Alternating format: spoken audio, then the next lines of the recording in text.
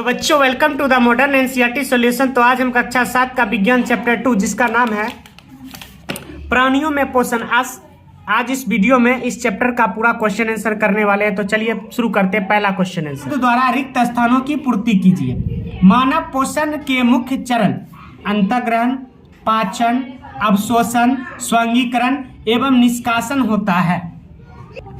चलिए जिसका second question है, मानव शरीर की सबसे बड़ी ग्रंथि को क्या कहते हैं? यकृत या लीवर कहते हैं इसी को। चलिए 3 नंबर क्वेश्चन है, अमाशय में हाइड्रोक्लोरिक अम्ल एवं डैश का स्राव होता है। तो पाचन रस जो भोजन की क्रिया में मदद करते हैं। आगे नेक्स्ट है, क्षुद्रांश यानी छोटी आंत की आंतरिक भित्ति पर उंगली के समान अनेक प्रवर्ध होते हैं जिसे जो दीर्घ रोम कहलाती है। नेक्स्ट, अमीबा अपने भोजन का पाचन डैश के करता है। तो खाद्यदानी या रसदानी। चलिए नेक्स्ट क्वेश्चन है, सत्य एवं असत्य कथनों को चिन्हित कीजिए। मंड का पाचन अमाशय से प्रारंभ होता है तो असत्य, मुख गुहा से प्रारंभ होता है। जीव लाला ग्रंथि को भोजन के साथ मिलाने में सहायता करते हैं तो सत्य। पित्ताशय में पित्त रस अस्थायी रूप से भंडारित होता है तो ये भी हो जाएगा आपका सत्य। रूमिनेंट निकली हुई घास को अपने मुख में वापस लाकर धीरे धीरे चबाते हैं रहते हैं तो ये भी हो जाएगा सत्य, जिसे हम लोग जुगाली भी कहते हैं। चलिए next,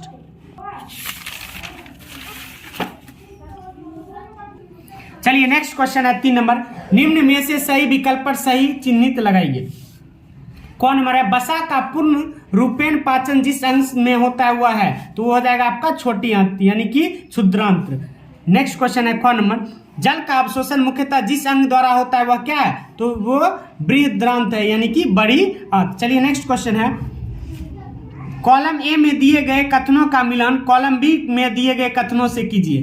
column A column B, इधर खाद्य घटक आपको दिया है, इधर पाचन के उत्पाद दिए हैं। कार्बोहाइड्रेट क्या है? शर्करा है। प्रोटीन क्या है? एमिनो अम्ल। बसा अम्ल एवं ग्लिसरॉल। चलिए नेक्स्ट क्वेश्चन, दीर्घ रोम क्या है, वह कहाँ पाए जाते हैं एवं उनके कार्य बताइए। क्षुद्रांश की आंतरिक भित्ति पर अंगुली के समान उभरी हुई संरचना होती है जिन्हें दीर्घ रोम कहते हैं। इनका मुख्य कार्य पचे हुए भोजन का अवशोषण करना है। चलिए नेक्स्ट क्वेश्चन, पित्त कहाँ निर्मित होता है? यह भोजन के किस घटक के पाचन में सहायता करता है? पित्त यकृत में निर्मित होता है या वसा के पाचन में सहायता करता है। चलिए नेक्स्ट क्वेश्चन है, उस कार्बोहाइड्रेट का नाम लिखिए जिनका पाचन रूमिनेट द्वारा किया जाता है परंतु मानव द्वारा नहीं, इसका कारण बताइए। सेल्यूलोज का पाचन रूमिनेट द्वारा किया जाता है परंतु मानव द्वारा नहीं क्योंकि इसका पाचन कुछ जीवाणु द्वारा किया जाता है जो मनुष्य के आहार नाल में अनुपस्थित होते हैं। चलिए नेक्स्ट क्वेश्चन, क्या कारण है कि हमें ग्लूकोज से ऊर्जा तुरंत प्राप्त होती है? ग्लूकोज एक सरल शर्करा है जो रक्त द्वारा सरलता से अवशोषित हो जाती है, इसलिए हमें ग्लूकोज से ऊर्जा तुरंत प्राप्त हो जाती है। आहार नाल के कौन से भाग द्वारा निम्न क्रियाएं संपादित होती है? चलिए, पचे भोजन का अवशोषण क्षुद्रांत्र में होता है। भोजन का चबन तो मुख गुहिका से शुरू होता है। जीवाणु नष्ट करना तो ये अमाशय में होता है।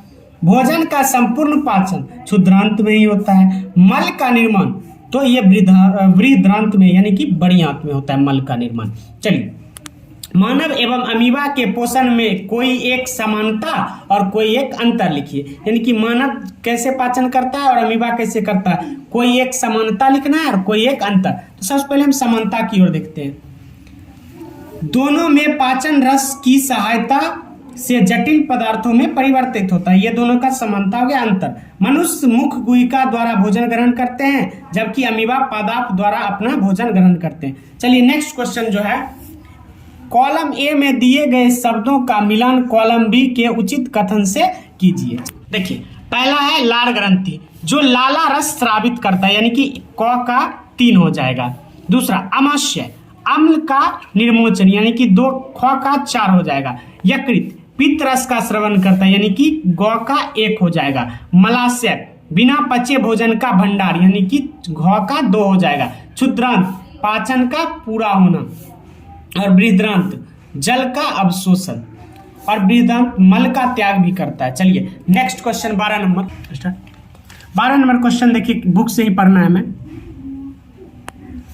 चित्र 2.11 में दिए हुए पाचन तंत्र के आरेख को निम्नांकित कीजिए। ये जो आपका दिया हुआ है ये पार्ट अमाशय कहलाता है। ये जो ऊपर जो पार्ट दिया है इसको पित्ताशय कहते हैं, और ये लंबा जैसा संरचना जो है इसको अग्नाशय कहते हैं। ये देखिए आपकी बड़ी आंत है बृहदांत, ये गुरुदा यानी कि मल द्वार, मल निकास का स्थान है, इसी से मल बाहर निकलता है। ये हो गया आपका मलाशय जहां मल जमा रहता है, और ये हो गया क्षुद्रांत यानी कि ये सब जो रचना है ये आपकी छोटी आंत होगी। लास्ट 13 नंबर क्वेश्चन है, क्या हम केवल हरी सब्जियों घास का भोजन कर जीवन निर्वाह कर सकते हैं? चर्चा कीजिए। इसका आंसर तो हो जाएगा नहीं। चलिए इसको देखते हैं। नहीं, हम केवल हरी सब्जी घास का भोजन कर जीवन निर्वाह नहीं कर सकते हैं, क्योंकि इनमें मुख्यतः सेल्यूलोज होते हैं जिसे हम पचा नहीं सकते हैं। चलिए द एंड चैप्टर 2 क्लास 7। तो ऐसे ही एनसीईआरटी सॉल्यूशन के लिए आप इस चैनल से जुड़ सकते हैं। यहाँ पे क्लास 8 क्लास 7 का ऑल सब्जेक्ट का एनसीईआरटी सॉल्यूशन आपको मिलता रहेगा। तब तक के लिए धन्यवाद।